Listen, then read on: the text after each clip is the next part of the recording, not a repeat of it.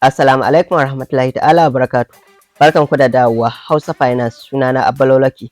A wannan darasin step by step zan gwada maka a matsayinka na freelancer yacce zaka je kai applying din aiki a cikin freelancing.ng. Okay, mu tafi cikin bidiyon.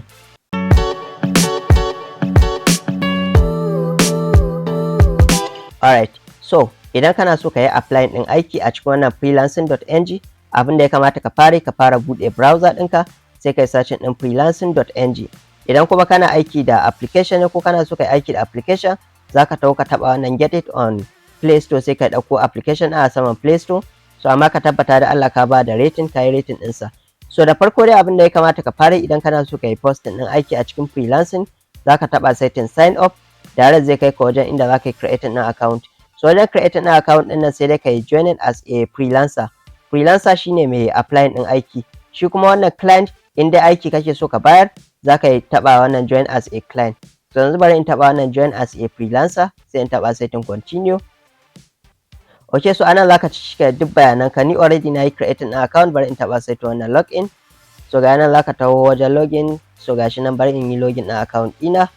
Okay, so ga password ɗina nan nasa, za ta ce maka success waye dai haka da sauransu. Alright, so nan dashboard ne inda za ka kuɗin da ka samu, total project ɗin da kai posting. Ok, za ku ga kwara ɗaya nan wanda muka yi posting ɗazu, za ku ga an yi approving ɗin shi. Idan aka yi approving ɗin project ɗinka, za ta turo maka message, za ta ce hello ya project waye an yi approving, ga ID number ɗinsa. Ok, so ga project ɗin da muka yi creating nan ɗazu. So idan kana so ka yi applying ɗin aiki, za ka taho cikin dashboard ɗinka na freelancing. So sai ka taɓa setting search, ga wajen search nan. So za ka taho sai ka taɓa setting work. Ok, sorry, job, gashi nan. So anan za ka iya searching ɗin abin da ka iya. Kamar yanzu misali ni ɓangaren cyber security ne, zan iya searching ɗin cyber security, zan samu aiki ɓangaren cyber security. So bari in taɓa wannan aikin mu ga. So ga wani posting waye dai haka da sauransu. Ok, so za ka yi ƙasa ne, za ka iya diba kuɗin da aka ce za a biya. Ga kuma mutumin da ake buƙata nan, mai experience senior wanda ya ƙware. Ga wanda ya posting ɗin aikin nan, yanzu baya online, inactive kenan. So ga shi nan member ne tun February. Gashi nan komai da komai, ga total post wato aikin da ya posting, total job da dai sauransu haka, ga description. Ok, abun da yake bukata, ga attach file na, ka tabbata ka yi downloading din wannan kafin ka je kai apply din aiki. So zaka ga abun da yake bukata, wannan file din mai biya kunshi hoto ko wani abu haka. Yana bukatar mai skills bangaren penetration testing, bangaren cyber security da dai sauransu haka. Submit proposal. So a wajen nan zaka iya tura kamar shi ya ce zai ba 20,000 ko, kai za ka iya cewa to ni 30,000 zan maka wannan aikin. Kun fahimta? 30,000 ne za a yi waye dai haka da sauransu, ko ka saka 50,000 ko 100,000. Ok, so ko kuma ka ƙara 5 a sama, za ka iya cewa kamar 25,000 zan yi aikin. So aikin zan gama shi a cikin kwana 3 ko wata 3 ko wata 2 ko wata 1. Kun fahimta, ko kwana 1. So yanzu bari in selecting ɗin kamar 3 days haka, zan gama aikin a cikin 3 days idan ya haya dina. Ok, so wajen job revision za ka iya sa kamar irin 1 haka. Kun fahimta? Ok, so maimaici. So nan akwai your cover letter. So anan in misali kana da digiri bangaren cyber security, za ka iya ɗora digirinka a wajen cyber security ɗin nan. Amma anan ka tabbata ka yi adin ɗin kamar description, suna na wane, ina da digiri waye a waje kaza. Kun fahimta, na gama makaranta ta, ina da experience bangaren kaza. Za ka cike duk bayanan, sai ka selecting din photo wato image. Za ka iya dora PDF ko kuma image ko da wani abu haka. A nan wajen za ka iya dora digiri ɗinka. Kun fahimta, ko diploma ko wani certificate da kake da shi, duka za ka iya dorawa. Sai ka taɓa wannan send proposal. Yanzu bari in selecting ɗin kamar wannan photo ɗin a wajen nan. Ok, sai in selecting ɗin send proposal. Gashi nan.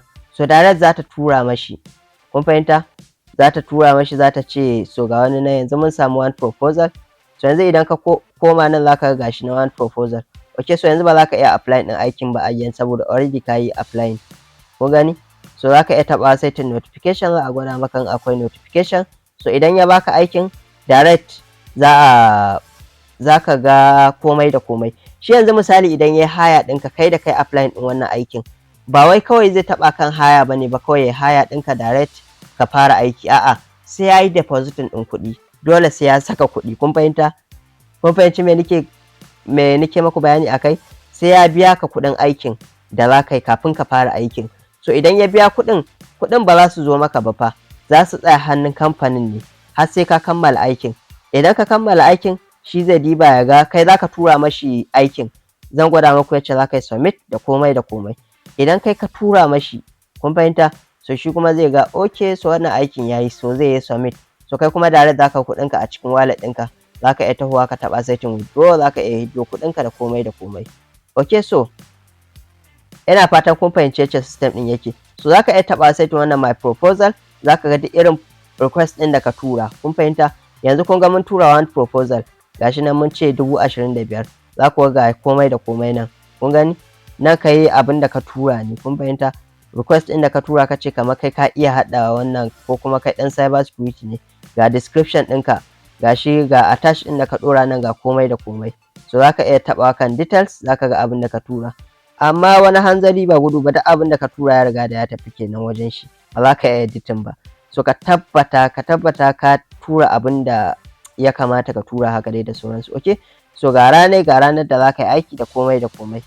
Okay, so nan duk proposals ɗinka ne wanda ka tura. So a darasi na gaba zan gwada maku ina ga yacce za ka yi haya ɗin wani. Okay, so Allah ya taimaka.